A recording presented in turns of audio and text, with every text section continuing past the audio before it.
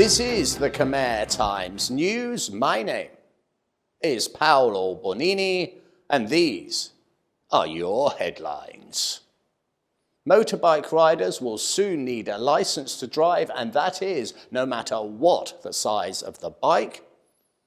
Ghost policemen are causing grave concern as they are a burden to the nation's budget. And quite unbelievably, Hitler, yes, Adolf Hitler, goes back to school in Phnom Penh. But first, our headline story.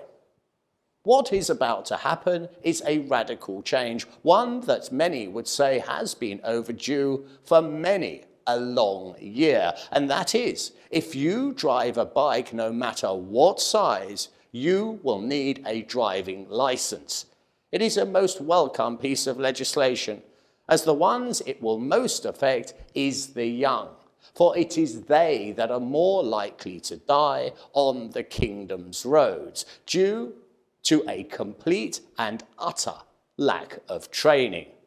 And it is that lack of training which only ever leads to yet another mother being told by a police officer that her child has died by the side of the road. The Interior Minister has proposed introducing motorcycle driving licences for vehicles with the capacity below 125cc. Currently, licences are only needed for motorcycles above that amount. The Minister has requested the relevant officials consider introducing a new law purely to save lives. He noted that traffic accidents have become a major issue in the country over the past decade, with most accidents caused by drivers driving at high speed and not obeying the laws. He said, "We must work to reduce traffic accidents and deaths within the country. At current, over 1,000 deaths occur every year, and that equates to nearly 3 people dying every single day.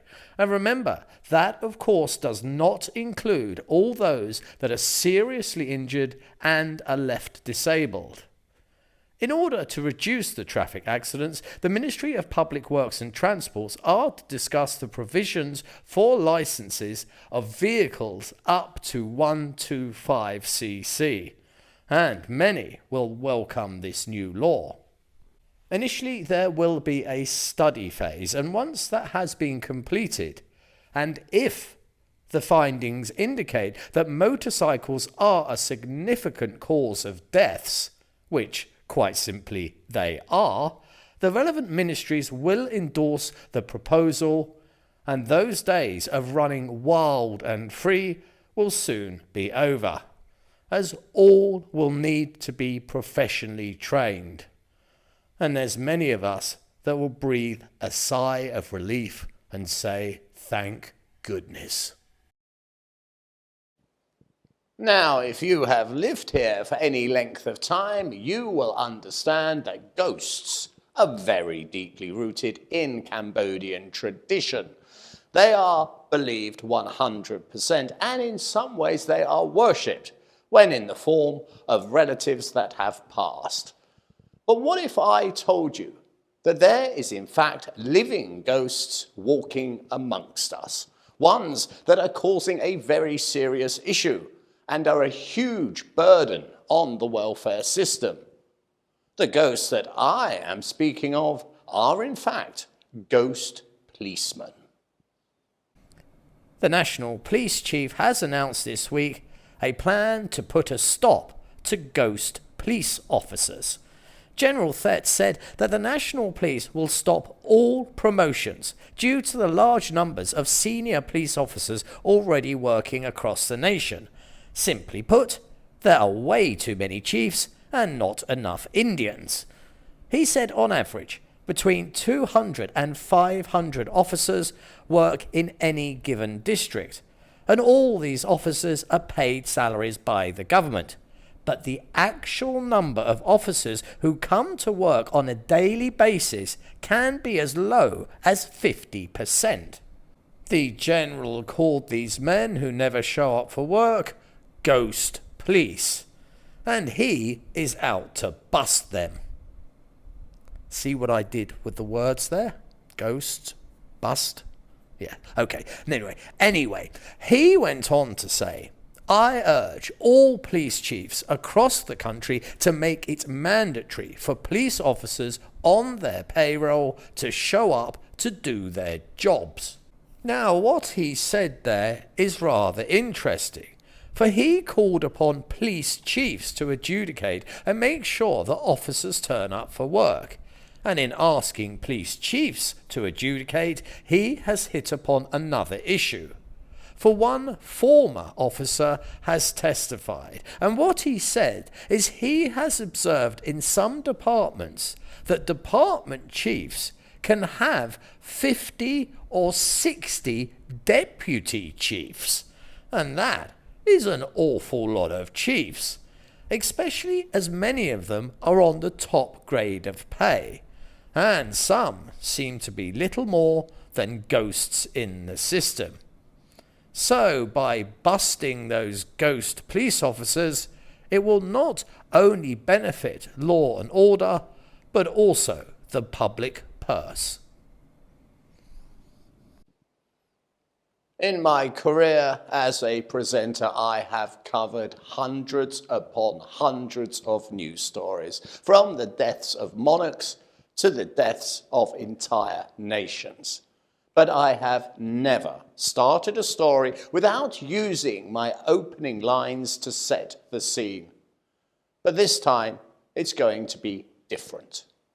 Because I want you to look at this photo. And I will let that set the scene for me. I want you to study it. It is, for me, the best photo that any of our journalists has ever taken here, as it tells an incredible story. And when I tell you that story, I think you will not only be deeply moved, you will also realize how damn lucky you really are. The photo needs to be explained because what it actually shows is a very young girl making her way to school, and how she does this is simply incredible. She has a raft made out of some netting and rubbish.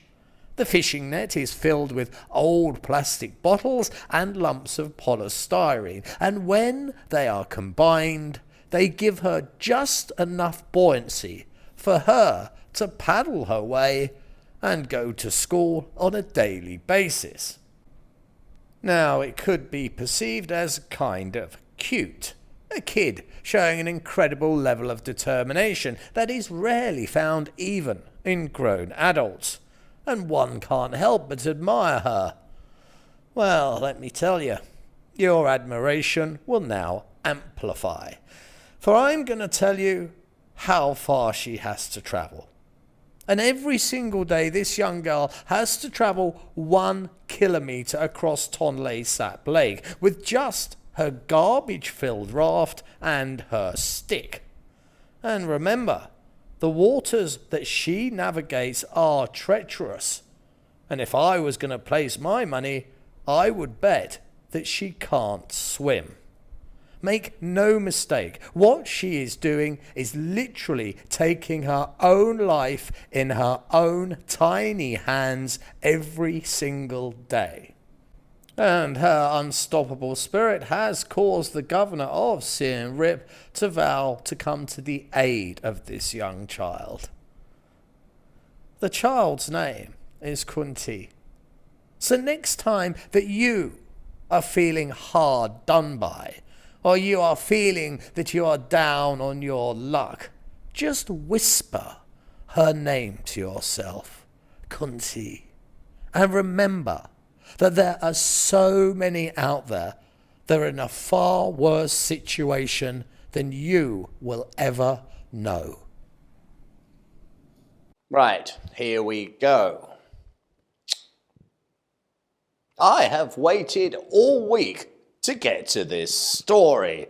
As soon as I saw the photos, I knew instantly that this was the story to end this week's show. You see, it's all about this kid. Have a look at him on your screen right now and soak it in a little. He is pictured here with his mother. Do you see anything that could cause the internet to light up in a storm of controversy? Nope. Well, maybe it would help if I zoomed out a little bit for you. How about now? With the Nazi swastika in full view and the kid's trim moustache, it all starts to make sense. You see, this lad went to school dressed as Hitler. Yes, and man, did these photos ever light up the internet with people screaming bloody murder. But the fact is, the kid was right and the critics were the fools. Now, before we start, let's cover a few Hitler basic facts so we don't make ourselves look like complete fools, as so many that have commented on this story on the internet have done. Firstly, that trim moustache the kid is sporting is known as a Hitler moustache, but it was in fact the style of moustache favoured by British officers in World War I. Hitler nicked it and he made it his own, a bit like Poland. And the swastika that the kid wears, well, Hitler reversed that and it was originally an Indian symbol for good luck. Hitler nicked that as well, just like Czechoslovakia. And finally, the Nazi salute. Yep, you're ahead of me. It's not a Nazi salute. It is, in fact, a fascist salute that was started by Mussolini. And its origins come from Imperial Rome. But in the same style, Mussolini nicked that as well, a bit like Ethiopia. And hopefully that little bit of history has enlightened some of you and enlightened us all as exactly what it is this kid is trying to do. Because what he is trying to do is to educate and to learn. A huge storm of protest erupted on the internet when his mother published images of her son dressed as the genocidal dictator Adolf Hitler when he attended his school fair. The mother proudly posted the images of her teenage son attending the fair in Phnom Penh with the description, "Come meet Adolf Hitler," which, let's face it, is one of the weirdest invitations you will ever receive. She also added, "Today my son has a program at school and there are a lot of different topics, science, national history. But my baby's theme is World War II. So she even said it. He is not intending to follow or endorse Hitler in any way. It's just to show people who visit the history club about the history of the Second World War. But needless to say, a whole load of idiots piled in and embarrassed themselves by saying it was hate speak in some way. No, it's not. It's history. And I say good on the lad for making an effort. But then again, of all the comments that were launched against this poor woman, there was one commentator who summed it up the best. For he said, "I will give him 9 out of 10. And that is funny. Now, I can't leave this just yet, as I worked out that I could talk to Hitler's mother. Yes, a chance one does not often get when you think about it. So I took that opportunity with both hands, and we spoke via messenger, and she gave me some more details on the storm of controversy and how it affected both her and her son. And here are those questions. The first question asked is, why is your son interested in Hitler and World War II? And she responded, he has a team, a group of friends, and they all chose World War II because they think the Khmer people have little knowledge of WW2. And she and he are absolutely correct. My second question gets away from the comedy and gets to the sad facts. I ask, on Facebook you were attacked. Many people said bad things. Did it upset you? Did it upset your son? And she said, yes, I'm upset. My son was scared at first. Then later the teacher, me and my family members said they would be okay. And after that, he didn't seem to care about it. He doesn't use Facebook, so he didn't see the backlash at first. When asked, will your son be dressing up again for history, she said, not sure. He might be too scared to do that again. And my last question was, has he ever spoken about going on holiday to Poland? She responded, no, he likes staying at home. And I said, well, that's probably best.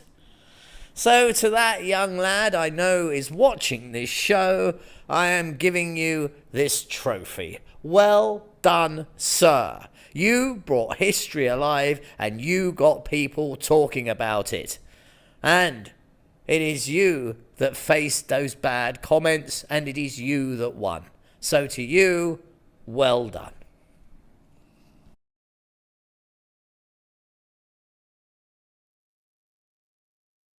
It's time to have a look ahead and see what the weather has in store for us next week.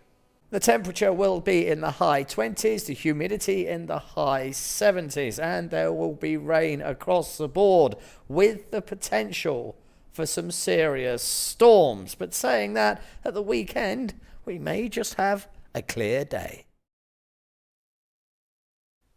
This has been the Khmer Times News. Please do subscribe and comment and stay up to date with all the breaking news by following us on both Facebook and Telegram.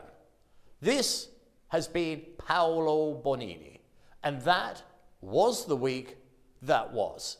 I'll see you next weekend for your weekly Roundup.